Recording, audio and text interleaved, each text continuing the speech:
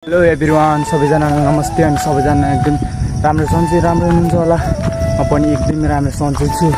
अनि आजको नयाँ दिन नयाँ भ्लग अनि टक्क आज चाहिँ ल्याइसकेको छु गाइस। सबैजना लाइक अनि सब्सक्राइब गर्नु नभुल्नु होला।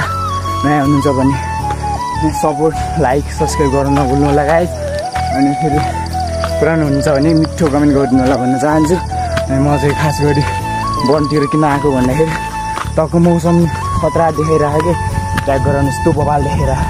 अनि त्यसको कारणले चाहिँ म चाहिँ टक्क कस्तो देखाउँछ गाउँ हाम्रो गाउँ भनेर टक्क छोटो भिडियो मात्र बनाउनु लाग्यो गाइस।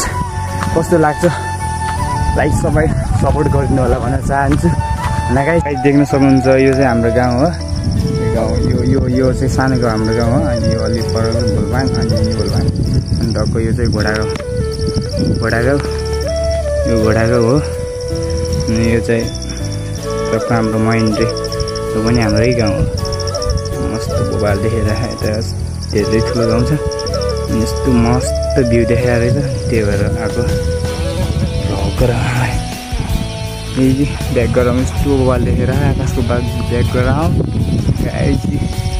मस्त देखेर गाउँ चाहिँ देखिसक्नुभयो होला है। अनि आजलाई भिडियो यति नै। नयाँ हुन्छ भने सब्सक्राइब गर्नु होला, लाइक गर्नु होला, माया गर्नु होला, अनि मिठो कमेन्ट गर्न नभुल्नु होला। अनि म चाहिँ यति छोटो भिडियो किन बनाएको भन्दाखेरि टक्क मेरो गाउँ देखाउनलाई मात्र हल्का मात्र देखाएको हजुरलाई। र आजलाई भिडियो यति नै। सब्सक्राइब गर्नु नभुल्नु होला मेरो च्यानललाई।